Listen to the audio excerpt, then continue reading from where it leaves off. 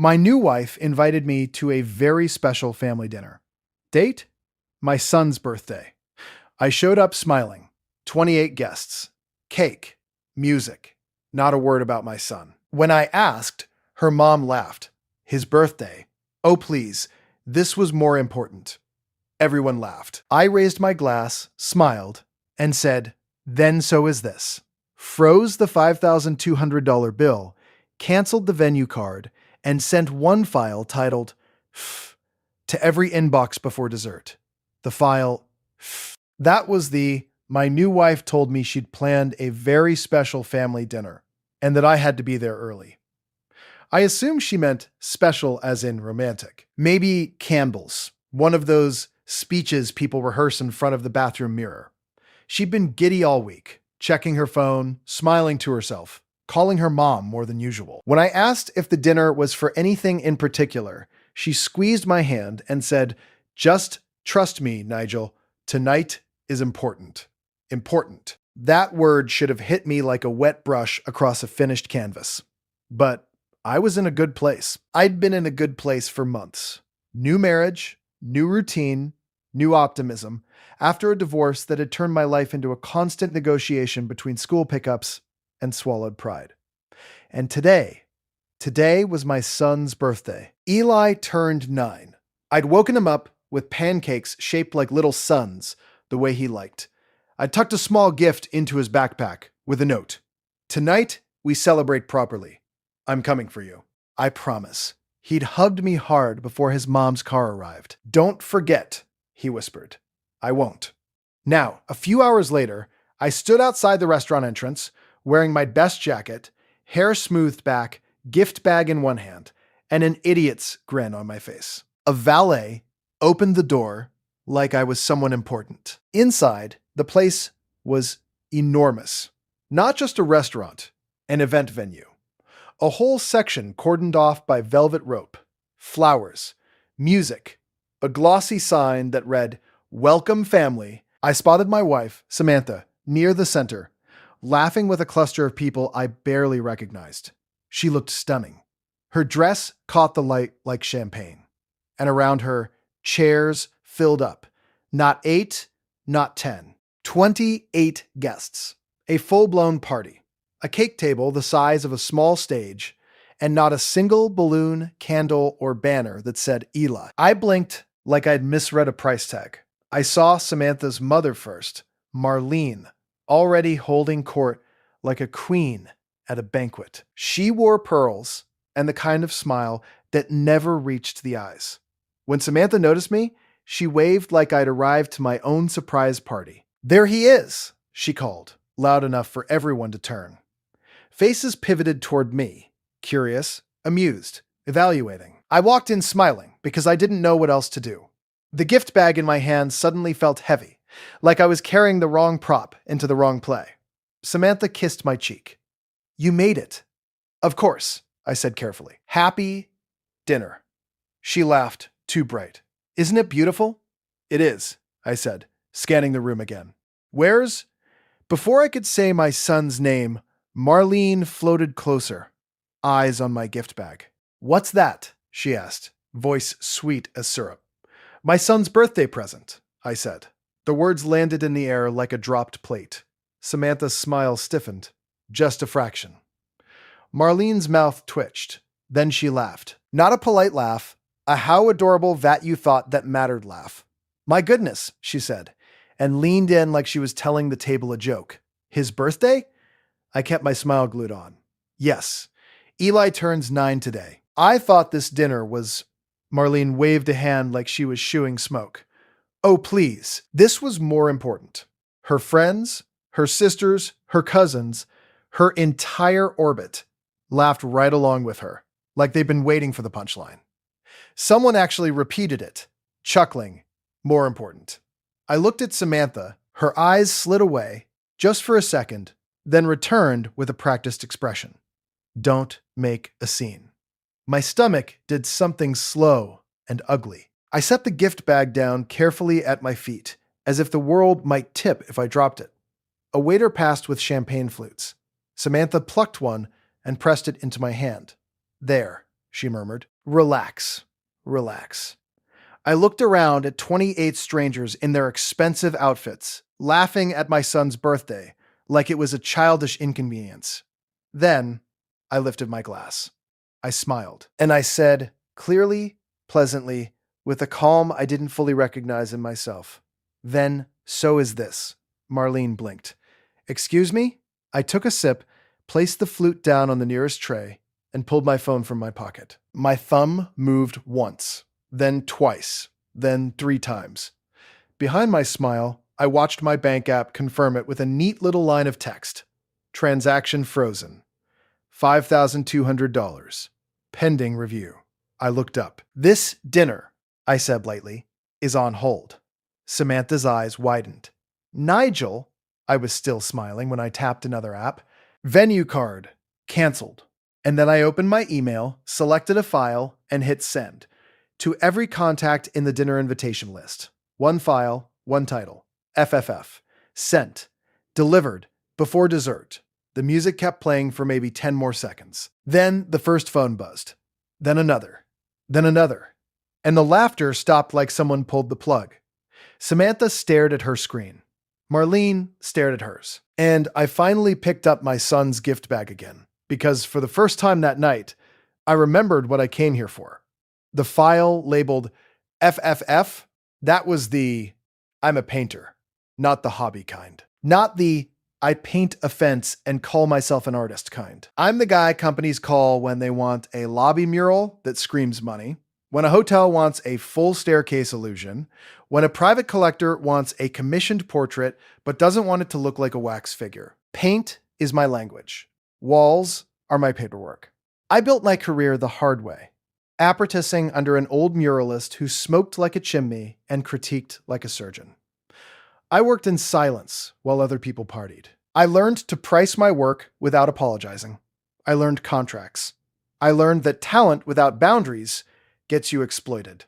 Funny how that lesson takes forever to stick when the people exploiting you are family. My first marriage ended because my ex-wife Claire and I became roommates who shared a child and a calendar. No cheating, no dramatic betrayal, just slow erosion. We stayed civil for Eli. We still are. But after the divorce, I was lonely in a way that felt like walking through my own house and hearing echoes where laughter used to live. Then I met Samantha. She was warm. At first. Funny. Attentive. She asked about my paintings like they mattered. She came to my small gallery showing and looked at my work with her whole face, not just her eyes. She didn't act intimidated by my success. She said things like, "You built this with your hands," like she admired it. Eli liked her too. That mattered more than anything. She'd sit on the floor and draw with him. She'd laugh at his jokes. She'd call him Buddy, and he'd glow like she'd flipped a switch inside him. When she proposed the idea of blending families, her relatives, my son, I believed we were building something. A new canvas. I should have recognized the first brushstroke of trouble at our engagement dinner. Her mom, Marlene, asked me, "Over appetizers, so what exactly do you make? Like in a month?" Samantha squeezed my knee under the table like a warning. I answered vaguely, "It depends on the project." Marlene smiled thinly. "And do you handle your money yourself? Or do you have people?" I laughed. "My accountant. But yes, I handle my business." She nodded like she'd just confirmed the lock on a door was weak. After the engagement, Samantha became busier. Her tone changed when bills came up. Not overtly demanding, just assumptive. "Nigel, can you take care of the deposit? I'll pay you back when my bonus hits. Nigel, my mom's car needs brakes. She's been so stressed. We can't let her drive unsafe. Nigel, my cousin's starting a boutique. A small investment would mean the world." It was always phrased like a test of love. I paid the deposit. I covered the brakes. I wrote a small check for the boutique with a polite smile and a pit in my stomach that I pretended was indigestion. Then came the wedding planning. Samantha didn't want a normal venue. She wanted something elevated. Something that looked expensive even when it wasn't. Something she could post. She found the place where this dinner happened. An event space attached to an upscale restaurant.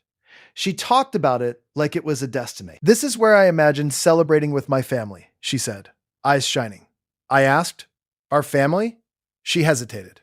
"Yes, of course, our family." I paid the venue deposit. Again, I told myself it was fine because I had steady work. I'd just finished a corporate commission worth more than most people's yearly salary. I could handle a few thousand here and there. But the requests didn't stop. They multiplied. Marlene started calling me directly. "You're so handy, Nigel. You understand finances." I'm not really. "Oh, don't be modest. You run a business. That means you get it." Then she'd drop a problem in my lap, like she was offering me a chance to prove myself. A medical bill. A temporary credit issue. A short-term loan to cover a house repair. At first, I said yes, because I didn't want to start a war with my new wife's family. I said yes because Samantha would look wounded if I said no. I said yes because I'd spent years painting other people's visions, and apparently I was still training myself to prioritize someone else's comfort. And then the biggest ask came disguised as a compliment. Marlene invited me to lunch 2 months after the wedding. She wore that same pearl necklace and smiled like a church lady. "Nigel," she said, stirring her iced tea, "you're the kind of man we've always wanted in this family." I should have run. Instead, I smiled politely. "That's kind of you." She leaned forward. "We're planning something. Something special. A family dinner. To celebrate what's coming." What's coming? She lifted her eyebrows like I'd missed something obvious. "Your future, darling." Then she slid a folder across the table. Inside were glossy brochures for the venue, catering packages, and a line item estimate that made my eyes water. At the bottom, estimated total $5,200. And beneath it, in Marlene's neat handwriting, Nigel covers family tradition. I laughed because it felt unreal. Then I realized Marlene wasn't laughing back. "That's not a tradition in my family," I said carefully. Marlene's smile didn't move. "Well, it will be now." I went home and confronted Samantha. She didn't deny it. She didn't even look ashamed. She just sighed like I was being inconvenient. "It's one dinner," she said. "Why are you making it a thing?" "Because it's also Eli's birthday," I said. She blinked. "We can celebrate him another day." My voice cracked just slightly. "Another day?" Samantha crossed her arms. "Nigel, my family is finally accepting you. Do you want to ruin that?" That was the first time I felt something shift inside me, like the framing of a painting creaked, warning you the wall wasn't stable. But I still tried to make peace. I suggested we do both, family dinner and Eli's birthday. Bring a small cake, give him a moment, sing to him. Samantha rolled her eyes. "You're being dramatic?" I asked. "Is Eli invited tonight?" Her answer was a pause too long.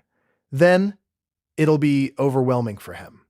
Overwhelming. My son, who sat through my gallery openings with more patience than half the adults I knew, was suddenly too fragile for her important family dinner. I called Claire, my ex-wife, and asked if I could have Eli a bit earlier on his birthday to make time for something.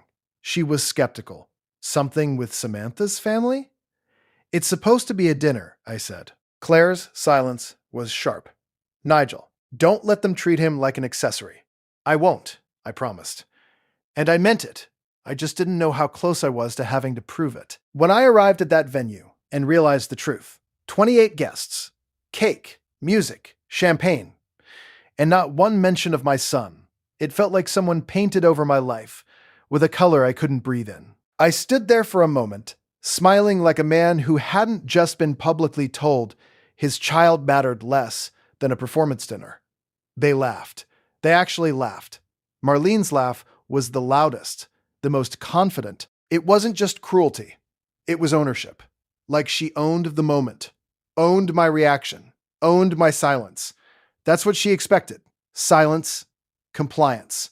The easy smile of a man who will pay the bill and swallow the insult. I gave her the smile, but I didn't swallow anything. Because here's the part I hadn't told Samantha.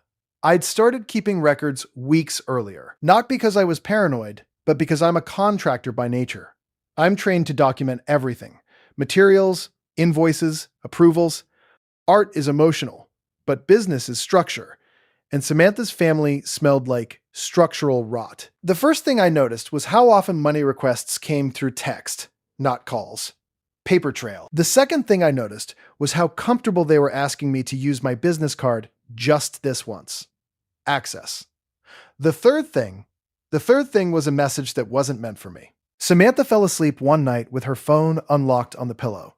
I wasn't snooping for betrayal. I was plugging her phone into the charger like a normal husband. Then I saw the message preview light up from Marlene. Make sure he uses the venue card. If he cancels, he'll look like the bad guy. Under it, another message from Samantha. Don't worry, he'll do it. He always does. My throat went cold. I stood there in the dim bedroom holding her phone like it was a live wire, and I finally understood something that should have been obvious. They weren't welcoming me. They were enrolling me into a role. Family ATM. And if I hesitated, they'd punish me socially until I paid just to make it stop. That night, I opened my laptop. I created a folder, and I named it something childish, petty, satisfying. FFF. Because I couldn't call it what it really was yet. Not without admitting I'd married into a con. Over the next weeks, I quietly built that folder. I saved texts, screenshotted requests, pulled bank statements, printed the venue contract that showed my card on file, my name as financial responsibility, and a clause about cancellation penalties. I found the email Samantha had sent to the venue planner. Please make sure Nigel doesn't receive the invoices directly. I'll handle communication. I copied it. I also did something else. I asked my accountant for a full report of every family expense that had come out of my business accounts since the wedding. Every catering deposit, every loan, every temporary payment. Then I ran a credit check. Not on them, on myself, because something felt off. And sure enough, there was an inquiry I didn't recognize. Someone had applied for a line of credit using my information. It wasn't approved, but it had been attempted. Through a retailer Samantha's cousin worked for. I stared at the screen until my eyes burned. Then I added that to the folder too. On the day of the dinner, Eli's birthday, I woke up early and did something I'd never done before. I called the bank and asked them to place a temporary freeze option on my business card with one tap, so I could halt a large transaction instantly if needed. The rep asked, "Is everything okay, sir?" I heard myself say, calm as a man ordering coffee. I'm preparing. When I walked into that venue, I already knew what would happen if I challenged them. They'd mock me. They'd guilt me. They'd make me the villain. So I didn't challenge them with emotion. I challenged them with documentation. When Marlene laughed and said, "This was more important," and the room joined in like trained clapping seals, I lifted my glass and gave them exactly what they wanted. A public moment. Then I took it back. I froze the $5,200 bill, I canceled the venue card, and I hit send on the file. Phones buzzed. Faces changed. A man near the back, one of Marlene's brothers, opened the attachment and read for 2 seconds before his smile slid off his face like melting wax. Samantha hissed, low. "What did you do?" I kept smiling. "I shared something important." Marlene's eyes darted over her screen. Her face tightened. Then her voice rose, sharp and offended. "What is this? Nigel, are you trying to humiliate us?" I tilted my head. No. I leaned in slightly, like we were sharing a secret. "I'm trying to stop you." Marlene slapped her phone on the table. "This is private. It was sent to 28 people," I said pleasantly, "which makes it family." Someone choked on a laugh. Not a friendly one. A shocked one. Samantha's hands trembled as she scrolled. "Why? Why are my texts in here?" she whispered. I didn't answer right away. I looked at the cake, the expensive cake that had no candles for my child. Then I said, "Because you wrote them." Her cousin stood up abruptly. "This is insane." "Is it?" I asked, still calm. "Because the folder also contains the venue invoice where Nigel Hart me is listed as financially responsible while the event is labeled Marlene's Celebration Dinner." Marlene sputtered. "It's a family dinner. And yet," I said, "my son's name isn't on a single invitation." The room went quiet in that thick, uncomfortable way that tells you everyone is suddenly reevaluating their own involvement. Then Marlene did what people like her always do when cornered. She changed the narrative. She pointed at me like I'd committed a crime. After everything we've done to include you, she snapped, you pull this stunt, you freeze the bill. You ruin the evening? Samantha grabbed my arm hard. Nigel, please. I gently removed her hand. I didn't ruin your evening, I said softly. I revealed it. Marlene's face went red. This is about a child's birthday? That's what you're throwing a tantrum over? I stepped forward, and for the first time all night, I let my smile fade. No, I said. It's about respect. It's about boundaries. And it's about the fact that you all thought you could laugh at my son and still eat cake I paid for. I reached into my pocket and pulled out my phone again. Then I opened a calendar reminder, and I read it out loud. Eli's birthday, 6:30 p.m. Sing happy birthday. Tell him he matters. I looked around the room. You laughed at that. Someone looked away. Samantha's voice cracked. Nigel, you didn't have to do this in front of everyone. I nodded. You're right. I glanced at Marlene, but apparently your family only understands things when everyone is watching. The venue manager approached. Tense. Sir, the bill? I held up one finger without looking at him. It's frozen. The manager blinked. You can speak to my accountant in the morning, I said. Tonight, I'm leaving. Samantha stepped in front of me, eyes shining with anger now. You can't just walk out. This is my family. I stared at her, and in that moment, I finally saw what I'd been refusing to paint clearly.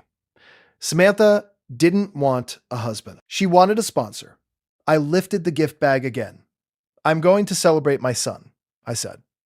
The person whose birthday actually is today. Then I turned to the room, voice even. The file you received is titled FFF. Marlene narrowed her eyes. What does that even mean?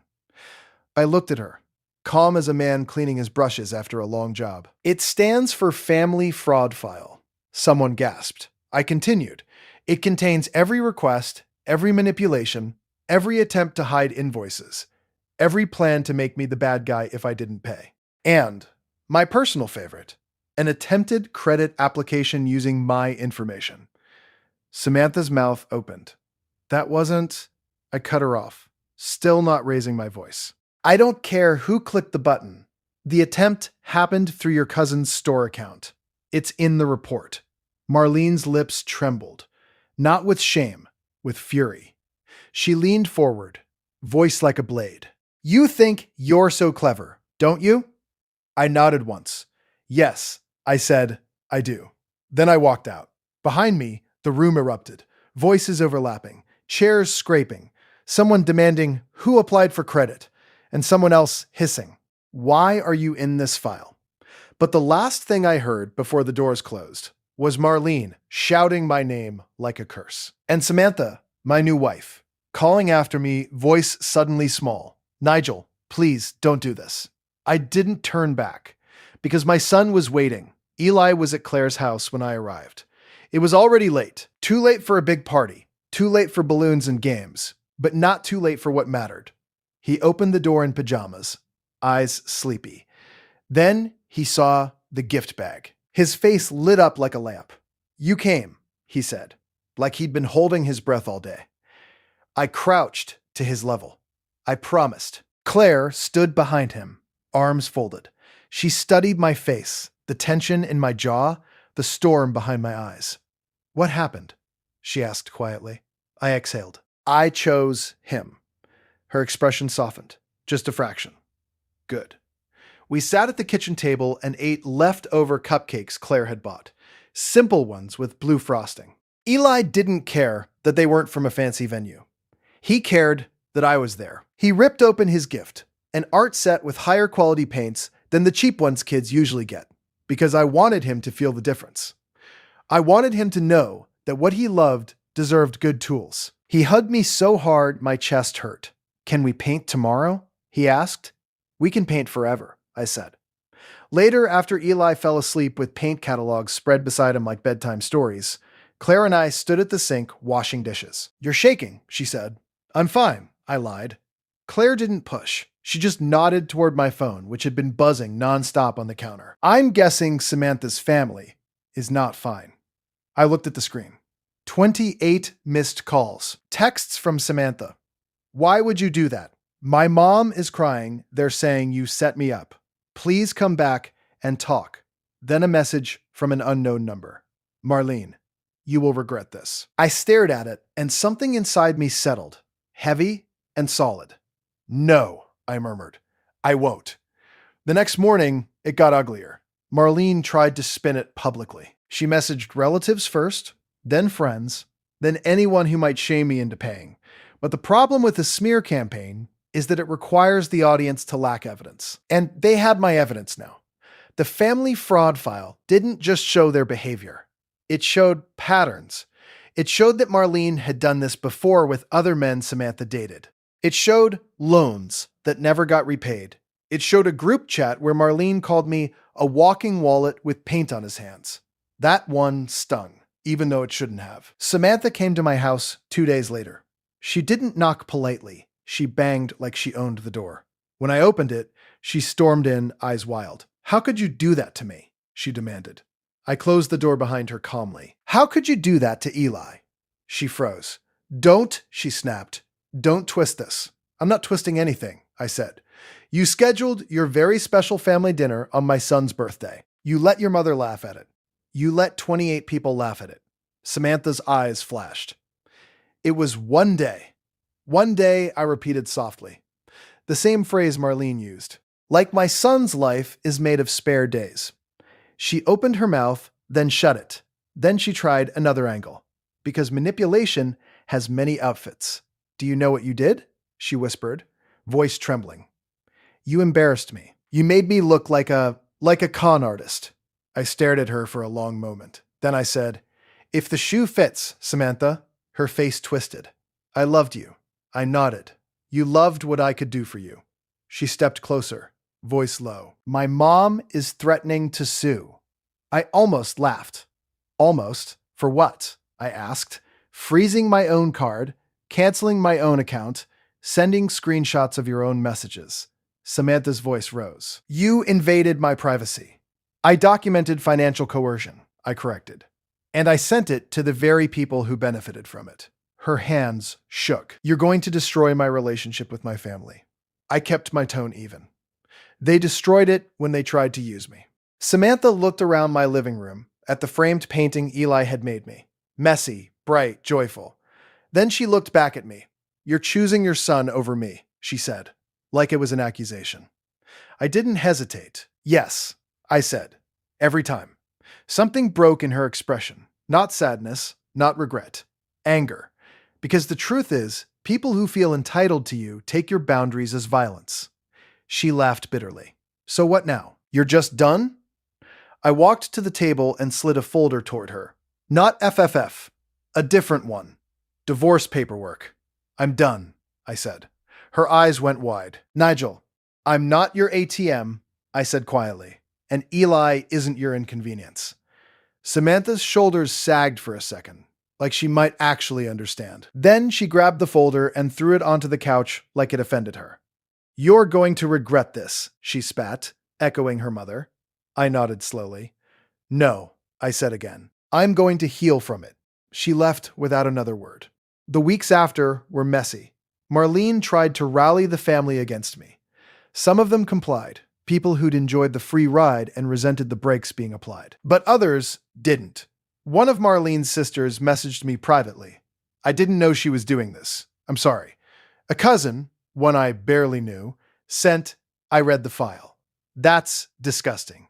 I don't want any part of it. And then the biggest shock, Samantha's younger brother Theo called me. His voice was shaky. Nigel, I owe you an apology. I stayed silent. Theo exhaled. My mom did this to my dad too.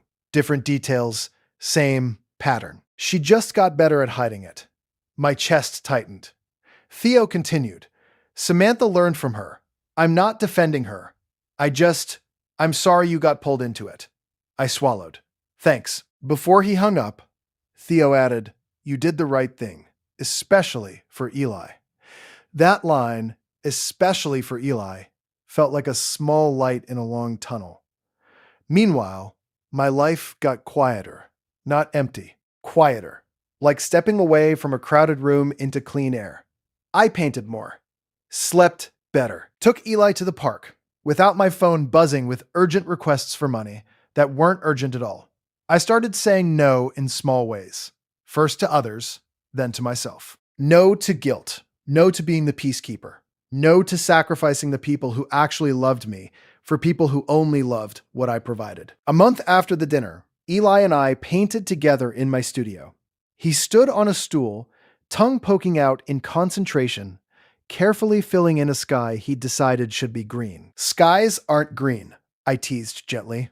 He looked at me like I was the one being silly. They can be in my painting. I smiled. You're right. They can. As he worked, my phone buzzed. A message from an unknown email. I opened it.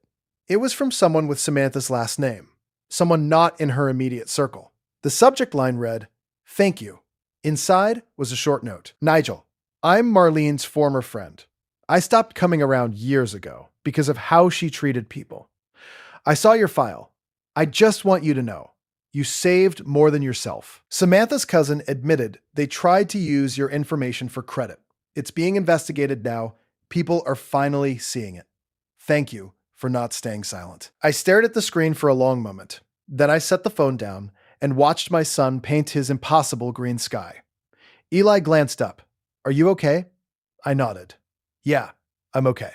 He went back to painting. And I realized something that felt almost like grief and relief mixed together. I wasn't guilty. I wasn't cruel. I wasn't selfish for choosing my child. I wasn't wrong for refusing to be laughed at, used, and drained. I was simply finished being available for people who mistook kindness for weakness. I leaned back, breathing in the familiar smell of acrylic and clean canvas. Outside, the world kept moving. People kept scheming. Families kept repeating patterns until someone finally refused to play the role assigned to them. That night, I'd raised my glass and smiled. Not because I was okay with their laughter, but because I'd finally learned something I should have known long ago. If someone calls your boundaries a betrayal, it's because they benefited from you having none. And I wasn't their bank. Not anymore. I was Nigel, a painter. And for the first time in a long time, I was painting my life in colors I actually chose.